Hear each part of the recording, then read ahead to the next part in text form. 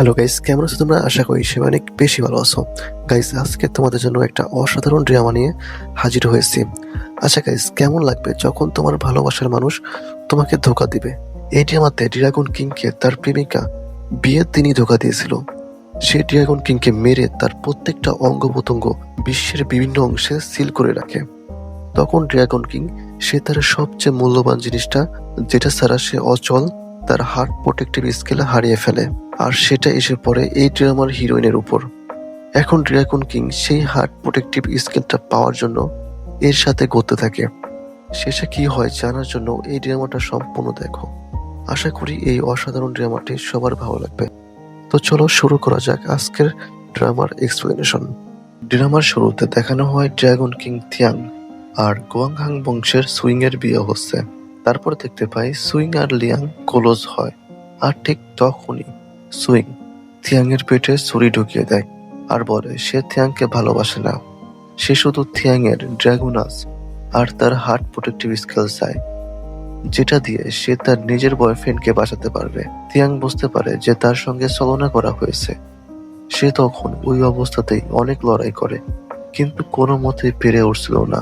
তাই সে তার heart protective স্কিলটা দূরে ছুঁড়ে মারে। তারপর সুইং থিয়াংকে অনেক খারাপভাবে মারে। তার শরীরের প্রত্যেকটা অঙ্গ প্রত্যঙ্গ কেটে পৃথিবীর বিভিন্ন অংশে সিল করে দেয়। আর তার শরীরটাকে অফিসিডিয়ান নামক একটা নদীতে সিল করে দেয়। এদিকে সিনেমার হিরোইন, তার নাম ইয়ান হই, তাকে তার মা নদীতে ভাসিয়ে দিচ্ছে, কারণ ডক্টররা বলছে তার হার্টে ডিফেক্ট আছে, তাকে বাঁচানো যাবে না। ইয়ানের মা কাঁদতে কাঁদতে বলে, আমি আশা করি তোর সাথে একটা মিরাকেল কিছু হোক আর তুই বেঁচে যা। তারপর আমরা দেখতে পাই থিয়াং এর হার্ট প্রোটেক্টিভ স্কিল এসে ইয়ানের উপর পড়ে, যাতে করে ইয়ান বেঁচে যায়। তারপর থেকে 10 বছর ধরে ইয়ান রাস্তায় রাস্তায় ঘুরতেছিল। কোনোদিন খাবার পেত তো কোনোদিন খাবার পেত না। একদিন চেনজিন বংশের লিডার এসে তাকে নিয়ে যায়। সে ইয়ানকে তার শিষ্য বানায়, তাকে খেতে দেয়, থাকতে দেয়। এভাবে আরো 10টা বছর কেটে যায়। তবু ইয়ান এত দিনে অন্যদের মতো মার্শাল আর্ট ও ম্যাজিক শিখতে পায়নি। তার মাইন্ড আর্ট এখনো খোলেনি। সে সময় পেলে কারাগারে যায়, যেখানে স্পিরিটদের এনে ধরে রাখা হয়েছে।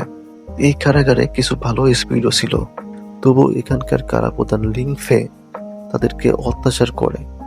তখন ইয়ান বাধা দিতে গেলে ইয়ানের হার্ট প্রোটেক্টিভ স্কিল থেকে পাওয়ার বেরিয়ে আসে, আর এতে কারাগারের ব্যারিকেড ভেঙে যায়। আর একই সাথে ড্রাগন কিং যেখানে সিল করা ছিল সেটাও ভেঙে যায়, আর সে জেগে যায়। এই কারাগারের সিল ভেঙে যাওয়ার জন্য এখানে থাকা ভালো খারাপ সমস্ত স্পিড পালিয়ে যায়। আর এই অপরাধের কারণে ইয়ানকে তার মাস্টার চেনজিন বংশ থেকে তাড়িয়ে দেয়। তারপর সে বাইরে এসে একটা দোকান থেকে খাবার কিনতে লাগে। সে খাবার কিনতে গেলে দেখে সেই খাবারের দাম তো প্রচুর। তাই এখন তার জীবনের প্রথম লক্ষ্য হলো টাকা কামানো। এদিকে ড্রাগন কিং তাকে পিছু করে। তারপর ইয়ান একটা জায়গায় আসে যেখানে ইনফরমেশন দেওয়া হয় টাকার বিনিময়ে। মানে এখান থেকে যে কাজগুলো দেওয়া হয় এগুলো করতে পারলে প্রচুর টাকা দেওয়া হয়। তখন তারা ইয়ানকে বলে রিসেন্টলি একটা সাপ ফিল্ম অফ নিয়ে পালিয়ে গেছে, তাকে ধরে দিতে পারলে প্রচুর টাকা দেওয়া হবে। এরপর ইয়ান জঙ্গলে যায় সেই সাপটিকে খুঁজতে, কিন্তু তখন দেখা যায় যে সেই সাপটি ইয়ানের ঘাড়ের উপর এসে হিসহিস করছে। ইয়ান তখন সাপটিকে একটা থাপ্পড় মারে। তারপর ইয়ান সাপটিকে এদিক ওদিক ঘোরাতে ঘোরাতে মারে, গাছের সাথে কয়েকটা বাড়িও মারে। আর তখনই সাপটি মানুষ রূপে চলে আসে। ইয়ান অলমোস্ট ধরেই ফেলছিল, কিন্তু তখন থিয়াং এসে তাকে তাড়িয়ে দেয়। সে ইয়ানকে মেরে অজ্ঞান করে দেয়। এরপর কাঁধে করে ইয়ানকে তার ঘরে নিয়ে আসে। আর বর্তমানে থিয়াং যেখানে থাকে সেখানে থিয়াংকে সবাই আফু নামে জানে।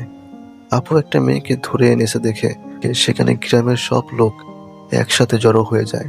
এরপর আমরা দেখতে পাই থিয়াং ইয়ানকে বেঁধে রেখেছে, তবে সে ইয়ানকে অত্যাচার করে না, তাকে খেতে দেয়। তার হাত বাধা দেখে তাকে খাইয়েও দেয়, কিন্তু তাকে ছেড়ে দেয় না।